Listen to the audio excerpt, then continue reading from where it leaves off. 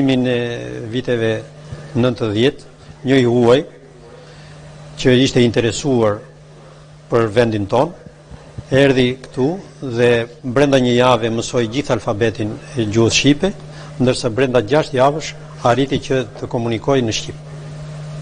Me të vërtet një talent. Faleminderit.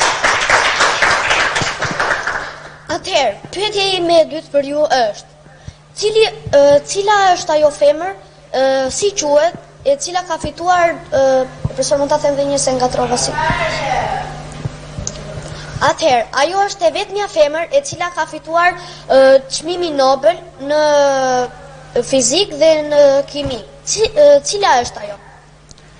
Çmimi Nobel në fusha të ndryshme të shkencës e kanë fituar jo vetëm një femër, po në fizik në herët fituese e çmimit Nobel është polakja Marie Curie, bashkë me shoqin e saj, Pierre Curie, të cilët i dhanë një hap të madh, gjigant, shkencës së fizikës dhe në kimi.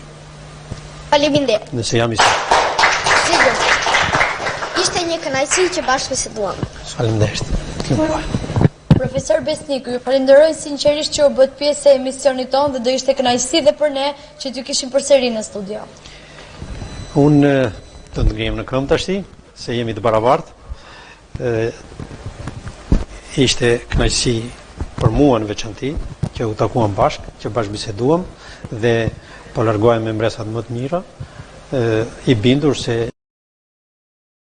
ju jo jeni gazetar të ardhshëm, po jeni gazetar, prandaj jeni krenar edhe për këtë prirje që keni dhe uroj që me përkushtimin që keni ju të vazhdoni universitetin, ndoshta dikujt do t'i ndroj mendja, por edhe se do të shkolloheni në një profil tjetër, mos hiqni dorë nga gazetaria, sepse është me të vërtet një profesion shumë i mirë, i cili të vë në kontakt me të tjerët dhe je gjithmonë në bashkëbisedim dhe informohesh dhe informon.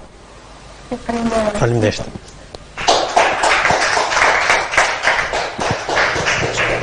Ky ishte dhe emisioni ynë për sot. Bashkë do të takojmë sërish puntatën e ardhshme. Mirupafshim të gjithëve.